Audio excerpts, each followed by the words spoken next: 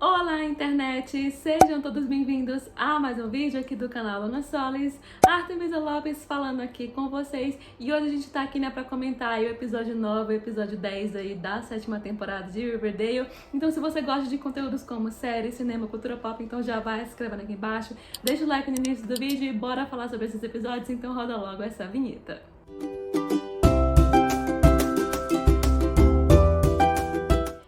Pessoal, bora comentar aí, esses dois episódios aí da 7ª temporada de Riverdale, esses dois últimos episódios que saíram aí até então, que não teve reviews aí de Riverdale nos últimos dias, tava uma correria danada, mas estou aqui novamente para trazer um vídeo aí com dois reviews em um só. E vamos comentar, sobre o episódio 9, gente, que, assim, eu vou ter que ser obrigada a falar que, pra mim, eu não sei pra outras pessoas que assistiram, mas assim, pra mim esse episódio 9...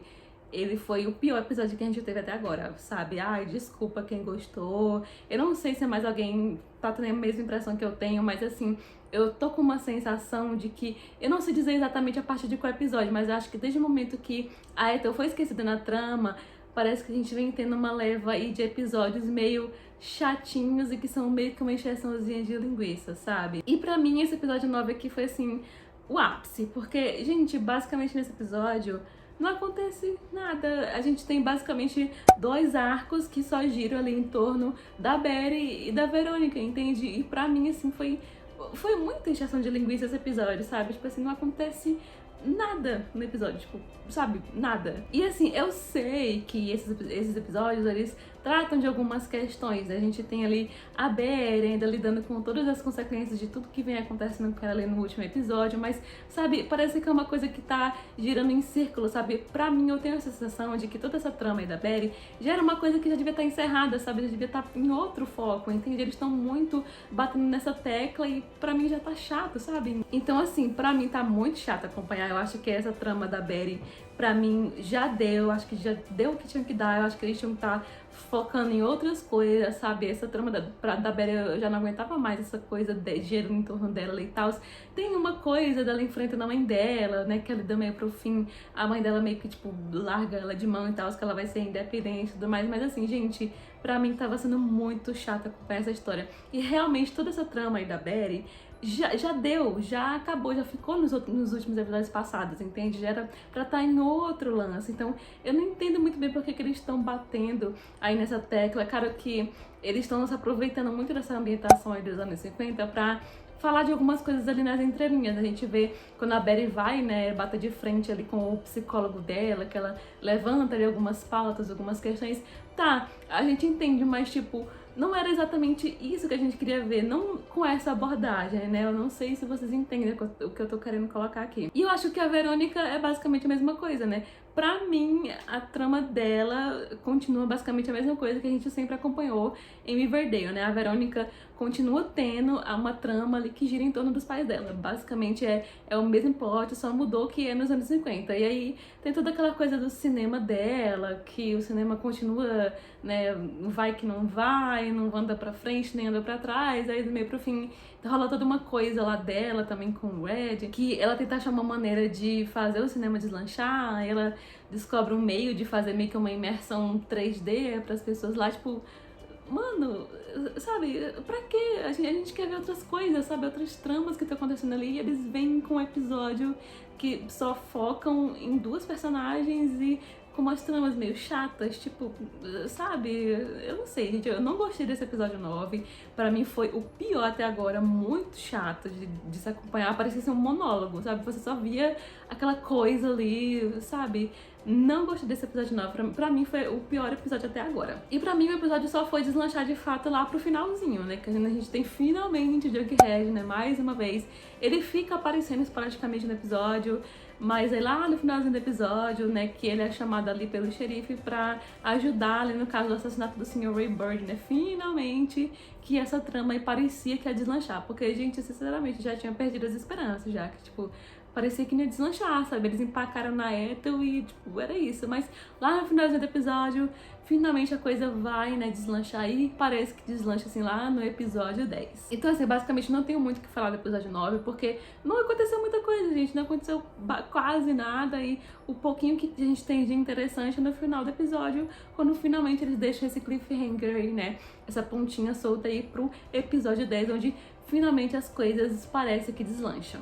Aí a gente chega no episódio 10, né, que parece que finalmente as coisas vão deslanchar. E foi que eu tive um respiro, assim, tipo, finalmente a gente tem episódio, a gente tem mais personagens, né, mais núcleos aí aparecendo pra gente acompanhar, né. E finalmente parece que essa trama aí do Jughead parece que vai deslanchar de fato. Eles estão fazendo muito aos pouquinhos, estão querendo, sabe, prender muita coisa. Eu tô muito com essa sensação, sabe, de que eles estão dando muita informação, assim, de migalhas pra gente, estão querendo prender muita atenção do público com essas questões, mas aqui nesse episódio 10 parece que o negócio deslanchou de vez. E assim, eu vou começar falando, né, tipo, da Betty e da Verônica, né, aqui nesse episódio.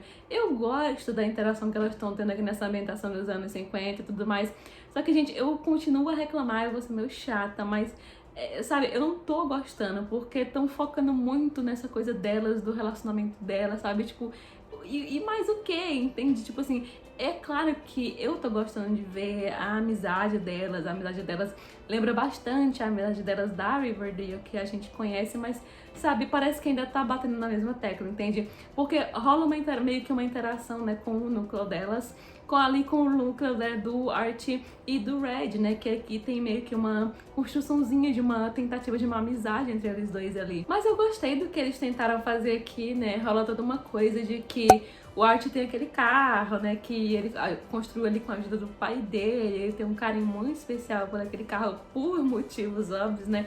E rola toda uma coisa que o Red tá tendo nuance ali com a Verônica, ele meio que pede emprestado esse carro aí do Arthur pra ele dar uma andada ali com a Verônica, rola até encontro duplo, só que o Red ele acaba meio que perdendo o controle das coisas, né, e isso acaba afetando ali esse início dessa amizade dele ali com o Art, né, e rola todas umas questões em cima disso também, que eles inclusive lembram muito o pai do Art aqui, né, o Fred nesse episódio, tem toda uma interação com o tio dele lá também, então foi legal de ver mais um pouco dessa interação deles ali, já que ele foi introduzido ali no último episódio, né, essa aparição do Red ali dos anos 50, então tudo indicava que ele ia continuar aqui nos próximos episódios e tá rolando essa interação e dessa amizade entre ele ali e o Art, né? E eu tô gostando de ver, tô gostando de acompanhar mesmo. Eu espero que tenha mais, né, aí nos próximos episódios, aí mais pra frente, né, o que vai ser desse encontro duplo aí, né, do Art com a Betty, né, e do Red ali com a Verônica, né? Tudo bem que a Verônica, né, tá tentando ali com o Red dessa vez, né? Ele é o crush da vez dela ali, né? Então, vamos ver se vai deslanchar nessa relação deles aí mais pra frente aí nos próximos episódios. Ai, vamos falar de Shoni aqui nesse episódio, gente, porque Shoni aqui nesse episódio, meus amores, entregou muito. Gente, eu achei elas duas tão fofas aqui nesse episódio. Eu fiquei, tipo assim, com vontade de abraçar elas duas, sabe? Porque, pra quem não tá lembrando, né, elas estão meio brigadas ali, né, com base em tudo que aconteceram nos últimos episódios. A gente até tinha esperança de que parece que mais uma vez o negócio não ia deslanchar de novo. Mas, gente, aqui nesse episódio, pra mim, assim, foi uma entrega de fofura aí desse casal que a gente quer tanto que aconteça.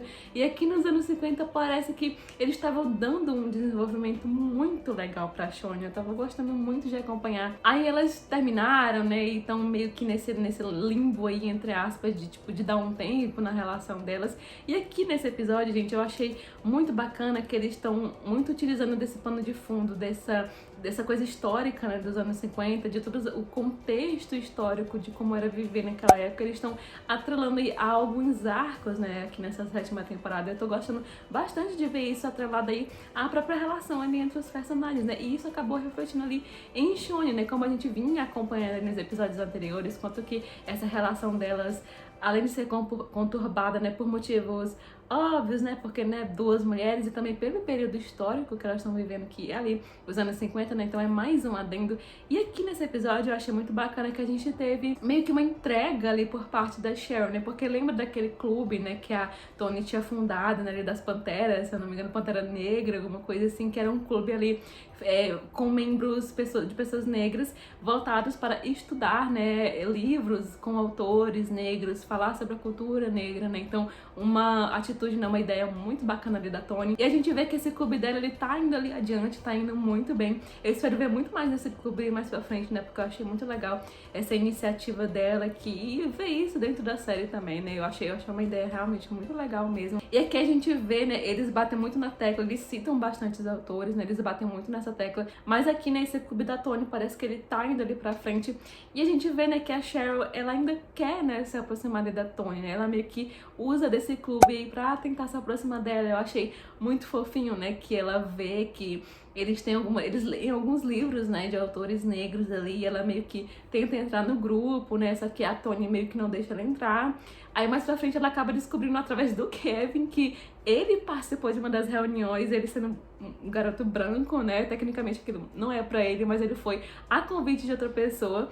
E aí a Cheryl acaba descobrindo e ela fala tipo, muito séria pra Toni, não, eu quero entrar porque eu quero, ela fala no episódio, né, eu quero levar isso a sério, eu quero conhecer mais do seu mundo, eu quero me inteirar no seu mundo, eu quero observar o mundo pelos seus olhos, né, de uma pessoa como você que passa por tudo isso, né, por todas essas questões que não fazem parte da minha realidade, né, que eu não passo, né. Então foi muito legal essa atitude da Cheryl, eu achei isso muito tocante no episódio. E ela participa de uma das reuniões e, gente, tadinha, né, a gente vê que ela fica ali muito deslocada, né, ela vendo eles debatendo as coisas ali do livro, né, e eu achei muito bonita a fala dela quando ela tá ali na reunião, né, que quando pergunta quais são as considerações que ela quer fazer, ela fala que ela não tem muito o que falar, de que na verdade ela espera, né, tá ali mais pra ouvir e meio que entender da parte deles como que é tudo isso, né? Ela se sente até triste que ela enxerga a própria família dela, né? Uma família de pessoas brancas ali naquele contexto ali da história do livro que eles estão lendo, né? Então, eu achei muito linda essa parte do episódio. Pra mim, um dos pontos altos aqui desse episódio.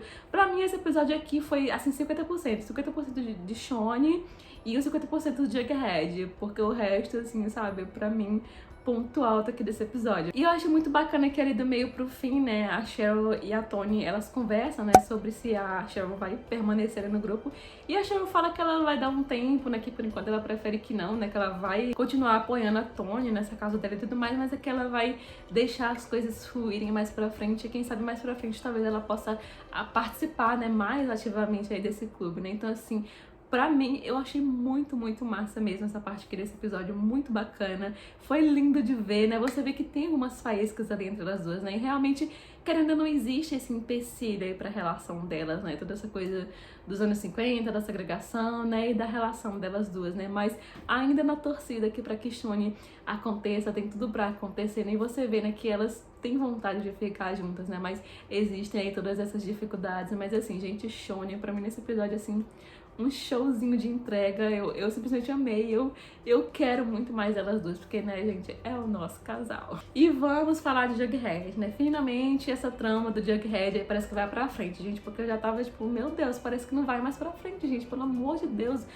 qual que é a história desse assassino aí, cadê a Eta que tá sumida aí naquele sanatório, trancada lá, não vão mais explorar nada disso aí, você vai ficar nessa enrolação aí da história da Betty com o Art e a Verônica, não sei o que. Eu achei que eles não iam bater mais nessa tecla, entende? Mas finalmente parece que nesse episódio pelo menos alguma coisinha deslanchou aí. E aqui basicamente nesse episódio o Jughead ele vai finalmente investigar mais a fundo aí o assassinato do Sr. Ray Barry, né, aquele escritor lá que era o mentor ali, o ídolo dele, que foi assassinado por um tal de um leiteiro lá que a gente sabe, né, que a gente viu, né, com base ali nos últimos episódios. E aí à medida que ele vai investigando, né, ele fica muito suspeito, achando que na verdade que o Sr. Ray Barry, ele não foi, né, não foi um suicídio, né, porque até então a morte dele tá sendo cogitada ali como um suposto suicídio, mas o Jughead levanta ali alguns pontos que ele faz ele acreditar que ele não tinha razões pra se suicidar, né? Aí ele faz umas investigações ali junto com a Tabitha, né? Que a Tabitha auxilia bastante ele aqui nesse episódio. E aí eles investigam e aí do meio pro fim eles acabam descobrindo, né, que o Sr. Barry tinha uma suposta esposa, que era ali a Johnny. E aí eles fazem mais algumas investigações, aí eles acabam descobrindo que o Sr. Ray Barry, ele tinha um relacionamento ali com a Johnny. E aí eles acabam descobrindo que essa mulher, a Johnny, ela é uma mulher negra. Sim, gente, né? Ele era um homem branco ali em um relacionamento com uma mulher negra ali nos anos 50. Então, assim, você já tá entendendo, né? Todo o contexto que isso acabou acarretando, né? E ele acaba descobrindo mais coisas, né? Que enquanto eles viviam ali em outra cidade, eles sofriam muitos ataques de pessoas brancas, né? Por eles serem quem eles eram, pela relação deles. Inclusive, isso até reverberava na família da Johnny, né? Que a família dela foi ameaçada, ele teve que se mudar pra Riverdale por causa disso. Isso, é claro, acabou ali afetando a relação deles e eles acabaram meio que ficando separados ali. Aí ele também acaba descobrindo outras coisas, que parece que o Sr. Barry, ele se envolveu com algumas pessoas meio suspeitas, ele frequentava ali uns grupos, né, comunistas, né, como eles chamavam na época, ele tinha, né, uns gostos a mais, umas coisas ali que o Jughead até então não tinha conhecimento, né, que ele era uma pessoa que tinha alguns segredinhos ali. Ele até confronta, né, a Johnny com relação a isso, mas a Johnny meio que desmente, falando que não são coisas nada demais, né? Que na verdade são coisas que, com base naquele contexto, né, conservador ali dos anos 50, que eram vistos ali com outros olhos ali, né? Com toda aquela sociedade majoritariamente branca naquele contexto ali de segregação racial que eles estão vivendo. E aí, né, o Jughead e a Tabitha, eles acabam deduzindo do meio pro fim, né, que à medida que eles conhecem, né, a Johnny, que o Sr. Barry, ele não tinha motivos para se suicidar, né? Até então, nenhuma das pistas apontava para isso. Isso fortalece ainda mais a ideia do Jughead, que na verdade ele foi sim ali assassinado. E o melhor vem no final do episódio, né, gente? Ali no final do episódio, quando o Jughead tá ali, né, no apartamento ali do Sr. Barry, ele recebe uma vizinha dele ali, à porta dele, né, querendo leite. E aí, quando ele vai atrás do leite, né, ele descobre que não tem. Só que essa vizinha, ela comenta com ele que alguns dias atrás o leiteiro tinha passado ali no apartamento do Sr. Barry, né? Justamente ali, quase que na mesma hora que ele supostamente teria cometido o suicídio dele.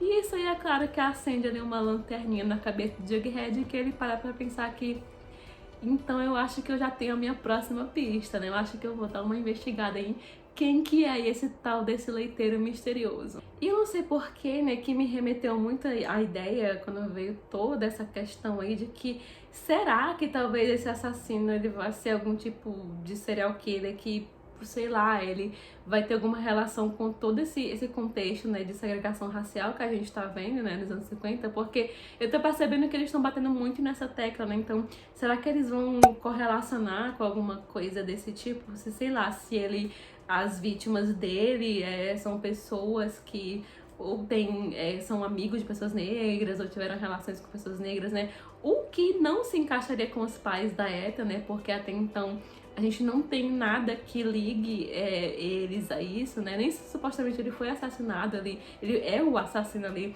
dos pais da Eta, ou se é a mesma pessoa, se vão ser dois, ou se vai ser ele mesmo, mas eu fiquei parando pra pensar muito nessa questão, sabe? Principalmente depois que a gente descobre que a mulher dele era negra, né? Então eu acho que não foi por acaso, eu acho que eles não quiseram, tipo, só pra encaixar mais uma coisa nesse contexto aí dessa segregação aí dos anos 50, então, eu não sei, né, foi tipo, só uma teoria meio doida que passou pela minha cabeça, mas eu acho que talvez não vai ser o caso, né, mas talvez seja uma possibilidade, né, de que talvez, sei lá, né, ele vai ser um doido serial killer aí que as vítimas dele são pessoas que têm algum tipo de relação com pessoas negras, né, levando em conta ali todo esse contexto aí dos anos 50, né, porque o Sr. Barry, ele tinha uma esposa negra, né, agora, a não ser que eles vão trazer mais alguma pista mais pra frente que vá fazer alguma conexão com isso, com a Eta, né, porque eu não acho que a Eta matou os próprios pais, né, eu acho que esses assassinatos, eles tão interligados, né? Ou então, talvez, quem sabe, o Jughead, né,